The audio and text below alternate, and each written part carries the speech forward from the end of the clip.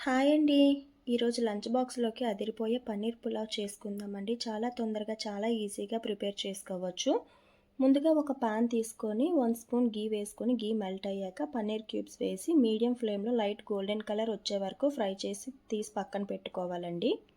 ఇప్పుడు స్టవ్ మీద కుక్కర్ పెట్టుకొని 3 స్పూన్స్ ఆయిల్ వేసుకోవాలండి. ఆయిల్ హీట్ అయ్యాక, వేడయ్యాక హోల్ గరం మసాలా సన్నగా కట్ చేసిన 1 ఆనియన్, 3 పచ్చిమిర్చి కట్ చేసి వేసి లైట్ గోల్డెన్ కలర్ వచ్చే వరకు ఫ్రై చేసుకోవాలి.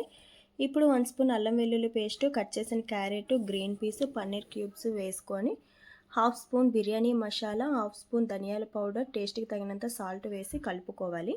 ఇప్పుడు హాఫ్ అన్ అవర్ ముందుగా క్లీన్ చేసి నానబెట్టిన బాస్మతి రైస్ వేసుకోవాలండి. సన్నగా కట్ చేసుకున్న కొత్తిమీర వేసి స్లోగా కలుపుకోవాలి.